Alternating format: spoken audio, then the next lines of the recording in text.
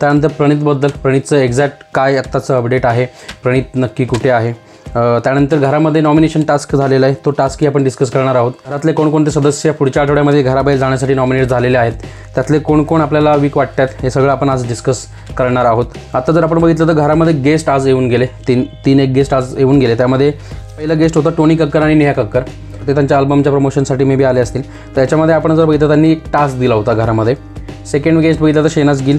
Shehnaz gill ही आपला जो contestant आहे घरामध्ये, शहबाज गिल, त्याची बहीण आहे. तर ती आल्यानंतर सलमान खानने आज परत एकदा बोलून दाखवलं की शहबाज जो म्हटला होता तुझे फॅन्स म्हणजे शेहनाजचे आणि सिद्धार्थ शुक्लाचे फॅन त्याला सपोर्ट करतील, ते योग्य होतं का, आणि तिच्यातून वधून घेतलं की ते योग्य नव्हतं. घरामध्ये तिसरी गेस्ट आली ती होती एकता कपूर. तिचा आय थिंक नागिन हा शो येत आहे, तर त्याचं प्रमोशनसाठी ती आली होती. तर तिने टास्क दिला घरातला सपेरा म्हणजे गारुडी, बिन वाजून नागाला नाचवणारा सपेरा कोण आहे. त्यामध्ये दोघा तिघांचे ॲन्सर जे मला फक्त योग्य वाटले नाहीत किंवा इलॉजिकल वाटले तेवढंच मी सांगतो. त्यामध्ये फरहानाने मालतीला बोललेलं ॲन्सर मला कुठेतरी इलॉजिकल वाटलं. त्यानंतर मालती याच्या आधी बरेच केसेस झालेले आहेत की असा टास्क दिल्यानंतर कुणाचं तरी नाव घेणं गरजेचंच असतं. तर मालती म्हणली की असं माझ्या डोक्यात कुणी येत नाही, परंतु नाव घ्यायचं म्हणून घेते. तर सलमाननी सरळ तिला म्हटलं नको घेऊ. तर इथे मालतीला एवढे लोक घरामध्ये होते की ती नावं घेऊ शकत होती. समोरच्या टीममधून घ्यायचे झाले असते तर फरहाना होती, तानिया होती, फरहानाने स्वतः तिचं नाव घेतलं होतं, अशी नावं ती घेऊ शकली असती, परंतु डोकं चालवता येत नाही लोकांना. आणि सगळ्यात शॉकिंग जे मला वाटलं ते अमोलने तानियाचं घेतलेलं नाव, आणि तानिया फुल शॉकमध्येच गेली. तिला काही कळतच नव्हतं माझ्यासोबत काय होतं आहे. आणि तिला पण एक खास मुद्दाच भेटला म्हणा आज. आता रडतच बसणार. दुसऱ्यांचं दुःख किती मोठं असू द्या, हिला स्वतःचं दुःख त्यापेक्षा किती मोठं करता येईल हे चांगलं जमतं. त्यात हायेस्ट वोटिंगनी जिंकून आली सपेरी तानिया. तानियाला असं वाटत होतं की एकता कपूर ह्या कंटेस्टंटमधून नागिन शोधत आलेली आहे, आणि तिला वाटत होतं की फरहानाला नागिन म्हणून सिलेक्ट करेल. तर आणि मग त्या नागिन 7ची जी नागिन होणार आहे त्या नागिनची एंट्री झाली ती होती प्रियंका चहर. प्रियंका चहर तुम्हाला आठवत असेल शिव ठाकरेचा जो सीझन झाला ना, शिव ठाकरे स्टँडचा, MC स्टँडचा, त्या MC स्टँड आणि शिव ठाकरेच्या सीझनमध्ये ही प्रियंका चहर होती. फुल टफ देत होती, फुल टफ. आत्ता जी फरहाना आहे ना घरामध्ये, फरहाना, ते सेम कॅरेक्टर होतं प्रियंका चहरचं. प्रियंका चहरचं बोलणं वगैरे खूप चांगलं होतं, ॲग्रेसिव्ह होती, मुद्दे उचलून धरायची, कुठलाही मुद्दा असला उचलून धरायची. परंतु फरहाना एवढी मुफट नव्हती ती. फरहाना एवढी तिची म्हणजे घाणेरडी जबान नव्हती की प्रत्येक वाक्यासारखी शिवी देणं, जाके मर कहीं पे, मुंह देख अपना, कितीतरी ती शिव्या देते समोरच्याला, असं डायरेक्ट डिग्रेडच करून टाकते. तर तसं तिचं बोलणं नव्हतं. हे सगळं गेस्टचंच झालं. आणि त्यानंतर मग आले एलिमिनेशनवरती. एलिमिनेशन कोण घरातून एविक्ट होणार. आणि आजच्या एपिसोडमध्ये दाखवलं, सलमान भाऊने बोलून दाखवलं की प्रणित मोरे हा वोटिंगमुळे एलिमिनेशन नाही होते त्याचं, परंतु त्याचं रिपोर्ट्स आलेले आहेत आणि त्याला काही मेडिकल अटेन्शनची गरज आहे. तर ते मेडिकल अटेन्शन आपण त्याला घरामध्ये देऊ शकत नाही बिग बॉसच्या, त्यामुळे त्याला आपण घरातून एलिमिनेट करतोय. इथे विचार करण्यासारखी एक गोष्ट आहे, कारण कसं आता बऱ्याच जणांना वाटत असेल सलमान खानने बोललं की त्याला घरातून आपण एलिमिनेट करतोय, बाहेर काढतोय मेडिकल बेसिसवरती. तर ऑब्व्हियसली तुम्ही समजा की सलमान खान किंवा मेकर्स असं डायरेक्टली अनाऊन्स करू शकत नाहीत तिथे की हा परत येईल किंवा सिक्रेट रूममध्ये राहील. त्याचं रिझन आहे, कारण त्याला तिथून बोलवल्यानंतर त्याचे रिपोर्ट्स बघितले जाणार, त्याला सांगितलं जाणार की त्याला कितपत त्याचे रिपोर्ट्स निगेटिव्ह आहेत, कसा प्रकारचा त्याला प्रॉब्लेम आहे.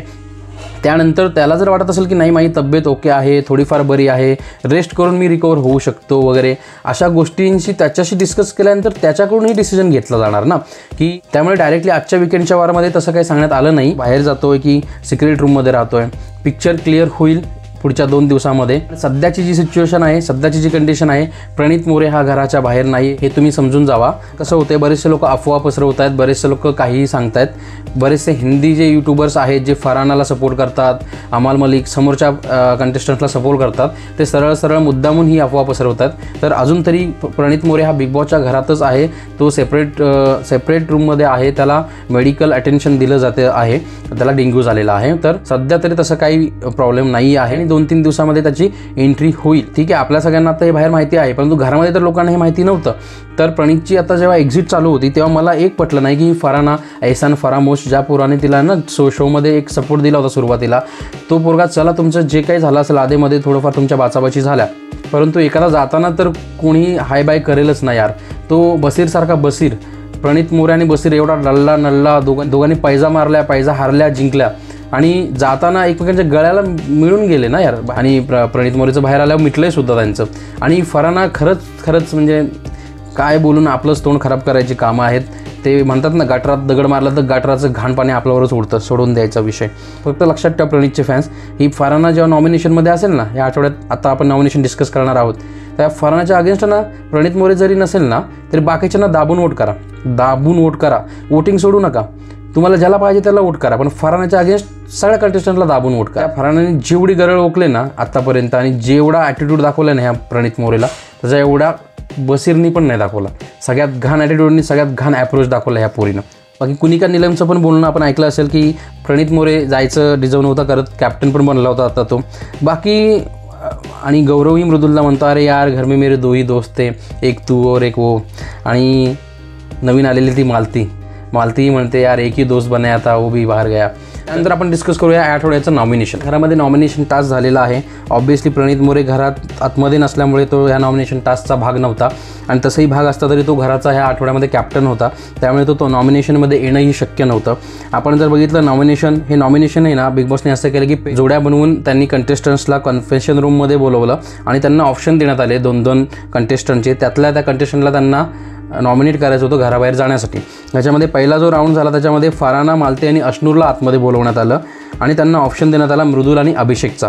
याच्यामध्ये ह्यांच्यातल्या ह्या तिघांनी मेजॉरिटीने अभिषेकला नॉमिनेट केलं घराबाहेर जाण्याच्या प्रक्रियेसाठी पुढच्या आठवड्यासाठी.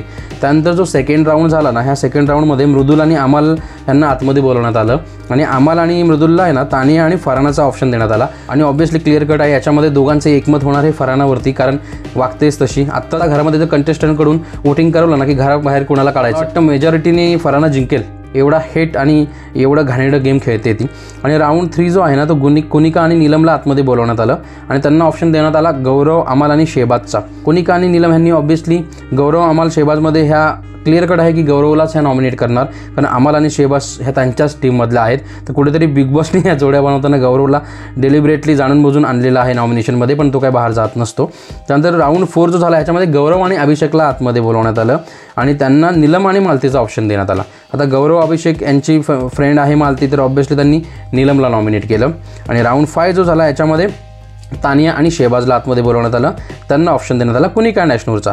ह्यातमध्ये त्यांनी दोघांनी मिळून अश्नूरला नॉमिनेट केलं. तर अशा प्रकारे 5 कंटेस्टंट नॉमिनेट झालेत ह्या पुढच्या आठवड्यामध्ये घराबाहेर होण्याच्या प्रक्रियेसाठी. फरहाना भट, गौरव खन्ना, नीलम गिरी, अभिषेक बजाज आणि अश्नूर कौर हे 5 लोक नॉमिनेट झालेत. याच्यामध्ये वीक कंटेस्टंट आपण बघितलं तर सगळ्यात जास्त वोटिंग जे पडण्याचे चान्सेस आहेत ते आहेत गौरव खन्ना, त्याच्यानंतर अभिषेक बजाज, अश्नूर कौर, फरहाना भट आणि नीलमगिरी. नीलमगिरीचे खूप सर्वात जास्त चान्सेस आहेत बाहेर जाण्याचे, इथे लोक बघतायत. त्यामधले जर आपले प्रणीत मोरेचे जेवढे पण फॅन्स बघत असतील तर त्यांना मी एकच सांगेन, तुम्हाला चान्स आहे ह्या फरहाना भटला मागे रेटण्याचा. तर तुम्ही पण वाटलं असतं ना गौरव खन्ना, अभिषेक बजाज आणि अश्नूर कौर यांना आहे ना 15-15 वोटिंग करू शकता आणि राहिलेले जे 40 वोटिंग आहे ना, तुम्ही 40 वोटिंग हे कंपल्सरी नीलमगिरीला करा. नीलमगिरीला वोटिंग टाका, फरहाना भट बघा ऑटोमॅटिकली बॅकफुटवर येते. फरहाना भटला बाहेर काढा, फरहाना भट ही बाहेर येणारच. आपल्याला तसंही देणं घेणं नाही आहे कोणीही बाहेर आला तरी, परंतु कुठे ना कुठेतरी फरहाना एवढी डोक्यात गेले ना, तुम्हालाही सेम वाटत असेल ना, करा वोटिंग. प्रणीत मोरे नसला तरी करा वोटिंग, हो द्या क्रॉस वोटिंग, येऊ द्या मजा जरा. बाकी घाबरू नका, प्रणीत मोरे आतमध्येच अपडेट्स आले आपण नक्की अपडेट करू, पण तोपर्यंत घाबरण्याची गरज नाही. किती अफवा येऊ द्या, किती अफवा पसरू द्या, टेन्शन घ्यायची गरज नाही आहे. बाकी तुम्हाला काय वाटतं यांच्यामधला कोण घराबाहेर जायला पाहिजे, कोण घराबाहेर ऑटोमॅटिकली पब्लिक वोटिंगने कमी झाल्यामुळे जाईल, किंवा तुम्ही कुणाला वोटिंग करणार आहात की करणार नाही आहेत, कमेंट करून नक्की सांगा. भेटू पुढच्या व्हिडिओमध्ये. तोपर्यंत धन्यवाद.